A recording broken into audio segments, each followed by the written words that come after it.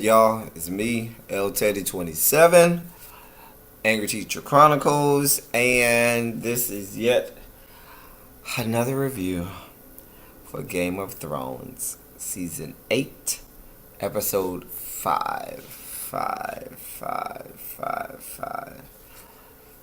Alright, so, God, I just can't do anything but sigh because I've been watching basketball all day. And so, right before Game of Thrones, was it right before or simultaneously while Game of Thrones was coming on, the Sixers lost. And so Joel Embiid had that epic like crying face that they had. Somebody got a picture of him. So I'm trying to figure out, because I know this is Game of Thrones review and not Behind the Bleachers or a sports review. But I brought that up to try to figure out who took the biggest L tonight. Was it the 76ers and Joel Embiid, or was it the writers of Game of Thrones? I mean, and we'll get there. I'll explain the biggest reason why it was I asked that question. So we start off, and I'm going to do my best to remember. But ever since episode 3, I have really just tried to enjoy each episode, not take out notes and take out my composition book and pen and be writing notes and all of that so I can give you all of the play by play. I haven't done that because I enjoy Game of Thrones that much, and I don't want to interrupt my enjoyment of the episode to try to keep notes or whatever. So I'm trying to remember as much as I can. I'm sure I remember all of the highlights. So you start off with the death of my boy Lord Varys. Lord Varys stayed a long time. Lord Varys been there from the beginning until I guess now the episode before the final episode. And it came out they found out Lord Varys was trying to do what he could to get people to go against Daenerys. Daenerys finds out. Lord Varys tries to talk to Jon Snow. Jon Snow is like, no, she's my queen. I bent the knee, da da da da. She's my queen, da da da da. Tyrion sees that, so Tyrion goes and tells Daenerys that, tries to tell Daenerys about Lord Varys being against her and betraying her. And she was like, bitch, I already know that. I also know that he found out because you told him who Jon Snow is, because Sansa told you. So she was like, I know what I got to do. Because she hasn't been eating, she hasn't been seeing people, she has been really mourning the death of Missandei. And she was like, I know what I got to do. She's resolved in that. And I think at that point Tyrion kind of sees that perhaps he's made a mistake, that everything Lord Varys was saying to him was actually true, and he's seeing it play out in front of him. And so Lord Varys was a dear friend of Tyrion, and I know he probably thought and believed he was doing the right thing, but it probably quickly came to him that, or if not quickly, later on it came to him that he had truly needed to take his friend Lord Varys' advice, and he didn't. And he told Daenerys, and they shackled Lord Varys, brought him in front of Daenerys, and she had her dragon burn him to death. That was the end of Lord Varys. It was kind of sad, and I know I sound a little melancholy. I don't sound like my chipper sound, because I like Lord Varys, and just this whole episode, you saw just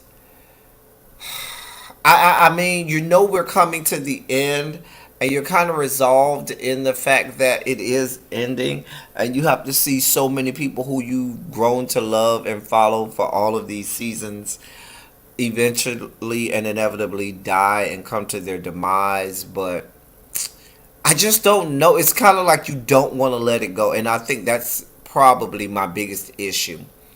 So then we have the epic showdown on many, many levels. Um, the army from the north arrives at King's Landing.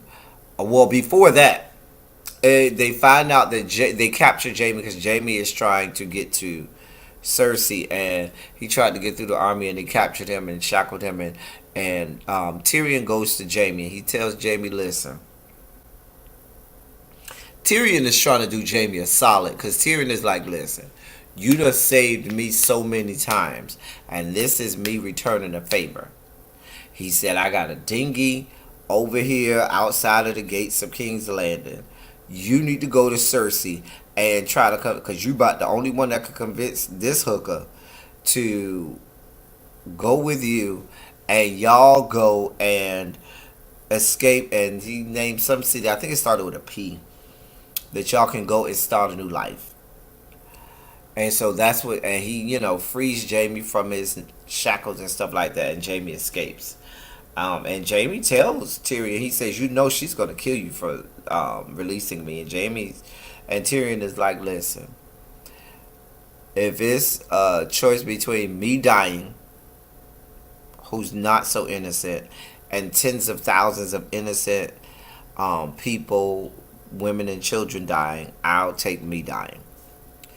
Yeah, my camera's doing that funky thing again. I don't know what my camera's doing. Anyway, so and if you notice, I can't even really get through this whole review because my heart is heavy, because not just on what has happened this episode, but just knowing that the show is really, like, it's here. Like, next week is, that's it, done, data, finito. And my heart is kind of heavy because you become so invested in the storylines and the characters, and to know we are here at the end, it's like, God. So here we have the epic battle, the showdown. The army from the north has arrived. The Dothrakis and the Unsullied joined them. Now here's my thing. If I recall correctly, I thought the Dothrakis died at the hand of the dragon that the Night King had, or at the hand of all of the White Walkers at the Battle of Winterfell. When they went out there with the lit swords or whatever, magically they're not alive. But what the fuck happened to them during the Battle of Winterfell?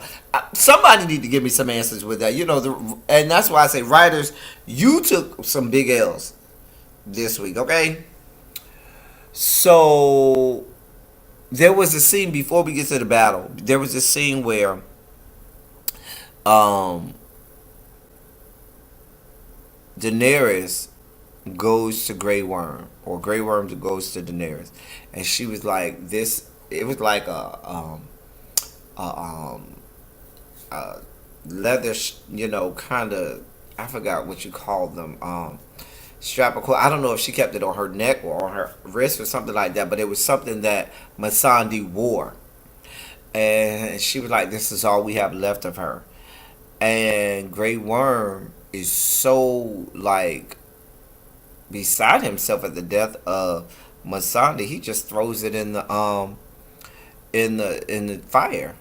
And really, that was, I think, to me, that was symbolic of him burning the last piece of what made him really human. I really think that it was Masandi. Because think about all of the battles that Grey Worm has been in, and how many times Grey Worm should have been dead. And I really think it was Masandi and the hope of being with Masandi that kept Grey Worm alive. And made him human or made him a man or made him whole when he wasn't a whole man anymore, because they had cut off his stuff. So I think that was the last bit of what really he felt helped him cling on to being a man, and by him throwing that away, it was just like no holds barred at that point. All bets are off. It was just like, fuck it, we in this is blood, fire and blood. So the battle happens. You got Jon Snow, the army from the north, the Dothrakis, the Unsullied versus the army from King's Landing. Now Tyrion had already told Daenerys, and he told Jon Snow just before the battle, listen, if they ring the bells, that means that you have won. And that means that they're going to open the gates and you all can come in and you can take the kingdom. The kingdom is yours. You can withdraw your troops and Daenerys can go in and take the Iron Throne or whatever. That was the cue. If you hear the bells, that means that you have won. There's no need to kill tens of thousands of innocent people. They go in there and they start, the fighting starts. You know what I'm saying? Well, no, I take that back. Before the fighting started, you had the fleet that was out there with Euron Greyjoy, and Daenerys came, burned all them hoes. She wasn't even here for it. She burned them all, got rid of them. Then she went to the wall and she burned all of those, little giant little crossbows or whatever they had to kill the dragon. Burned all of that shit. Burned down the walls. Next thing you know, before the battle starts, she burns, her and the dragon burn through the gates of the wall, and that's Grey Worm and the troops' cue to go in. So they go in, they start fighting, and they fight. And she starts to burn all of the troops and stuff like that, so forth and so on. So you get to a point where she has her dragon and her are resting on the top of one of the houses. And they basically, the Unsullied and the Army of the North and they're winning. They're winning. And you hear the people screaming, ring the bell, ring the bell, ring the bell. Inevitably, and Cersei's still, holding on to some hope. They ring the bell. They ring the bell. And before they ring the bell, you see Tyrion slowly walking through all of the carnage, this endless sea of dead, burned bodies. They hear the bell, and Tyrion's like, okay, this shit is about to be over. Jon Snow knows to retreat with Grey Worm. They hear the bells. Everything kind of stops. Both armies stop. Next thing you know, there's silence. You figure, okay, this is over. Daenerys says, fuck this shit. She's not here for it. Gets on the dragon. They fly off. She burning everything and everybody. Fuck this shit. Fire and blood. She has no parts of it. She's gone mad. She's now the Mad Queen. Those bells were a signal for her transformation into her father, who was the Mad King, and now she's the Mad Queen. And she's gone mad with power. She's burning any and everything. Innocent. She's burning her own people with her enemies. Tyrion sees this, and if it didn't click before then, it immediately clicked. Then I made a mistake. Tyrion made. Jon Snow sees this as well, and he starts to realize, shit, I've made a mistake in trusting this hooker, this heifer. She just goes on a rampage, just burns everything. Cersei is delusional, but inevitably the queen's her hand tells her, listen, we got to get out of here. She leaves. And I think I'm missing the part where there was this fight between Euron Greyjoy and Jaime, And Euron tries to kill Jamie. They have this fight. He stabs Jamie a couple times, but Jamie doesn't die. Jamie ends up killing Euron Greyjoy. And then Euron Greyjoy dies saying, I'm going to be the one to kill Jamie Lannister, even though he didn't kill Jamie Lannister. So Daenerys is on a rampage. Daenerys is just burning everything. So she starts to burn the palace and so forth. And the palace is, crumbling down around Cersei. Cersei and the Mount and the Hand tries to escape. Meanwhile, back at the ranch, I forgot to remind you that Arya and the Hound had come there to kill Cersei. Arya came to kill Cersei. The Hound came to kill his brother, the Mountain. So they make it to the palace. They're in the palace. They're going up there, and the palace is, crumbling around them. The Hound says to Arya, listen, if she ain't dead now, she'll be dead at any point. You need to get out of here unless you want to die. And he was like, listen, I've already resolved that I'm leaving here with this bastard up in here that's my brother. And I'm leaving, and we both gonna die together. Either I'm gonna kill him or we die together up in here. He was like, you need to get out of here. And I thought it was so touching that before she left, she called him by his actual name. She didn't call him the Hound. She called him by his name. And I think that was a touching way to, make him human again, just to remind him you are a human being. And she thanked him for everything that he's done for her. He goes up there to fight. She leaves the palace before it crumbles. He goes up there, has the epic showdown with his brother. And the brother just will not die. He stabbed the brother with the sword. The brother pulled the sword out. Fuck you. And your sword. He does all these things to try to kill the brother. The brother beat him up and so forth. And as he's, the brother's just beat his ass. So at one point, he gets, a small little dagger, stabs the brother right in like the eyeball through the skull. And the brother is still not dying. He's like, well, will you ever die? And so the brother's like really wounded at this point. And so it ends with him saying, you know what? We both leaving here. And so he like kind of, because the brother's weakened at this point with the dagger through his skull, he like, gets kind of the upper hand and like grabs the brother, and both of them goes over the side of the wall to their death. And that's the end of the Hound and the Mountain. Hound went out like a G. Arya's out in the city basically trying to escape. And it's kind of hard when you got the whole city crumbling and burning down around you. And so forth. Then you have Jamie that comes to rescue Cersei. Jamie gets Cersei and takes her out of there. And this is where I'm so disappointed in the writers. Cersei and Jamie went out like they came in this world. They came in the world together. They went out of this world together. Hugged up. Because Cersei's like, I don't want my child to die. I don't want to die not like this. And Jamie tells her, the only thing that matters is you and I.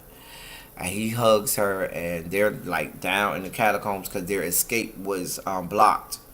So they're down underneath the walls or whatever, and they died by the rocks coming down and crumbling them. And I just felt it was so anticlimactic, and it was just so anticlimactic. Cersei, who has been the source of so much in this entire series, all of these seasons, Cersei has been,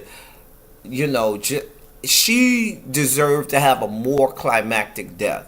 It reminds me of, for those fans of The Wire, remember in The Wire, the last season of The Wire, how Omar died, and it was so anticlimactic. And Omar died at the hand of this little boy, and the boy shot him, and Omar's on the floor dead. And then they just cut to the next scene, and it's like no mention of Omar, and everything that Omar was from the beginning of that series all the way up until like an episode or two before the last episode.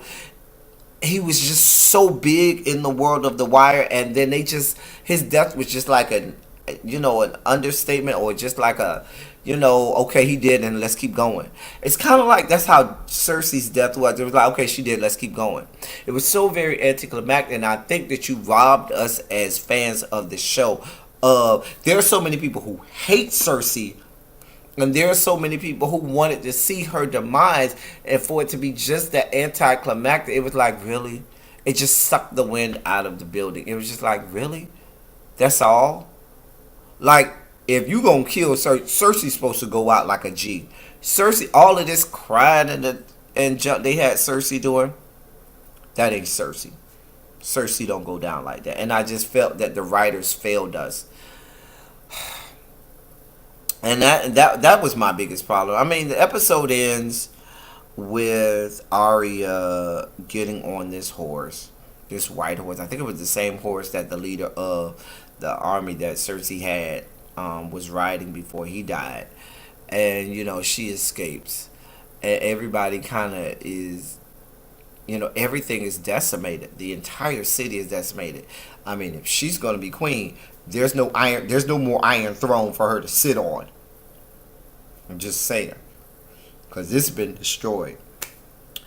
All of the people in King's Landing, not all of them, but majority of them are going. A lot of her own soldiers are going, and it's just the city's in ruins, and there's just nothing but death and destruction, and it's just like there's so much death and destruction, and you're getting toward the end, and it just sucks the wind out of you and the life out of you. You sit there, you're like, wow, really?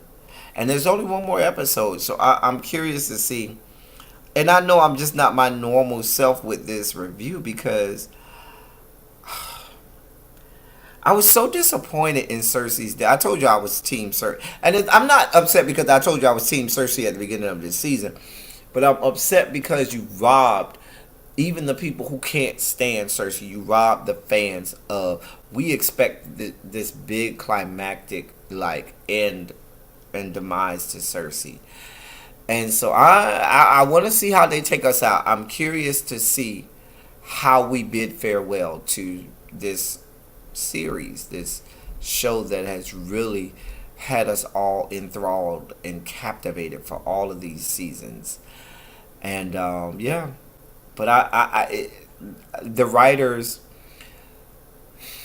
I think you owed us more.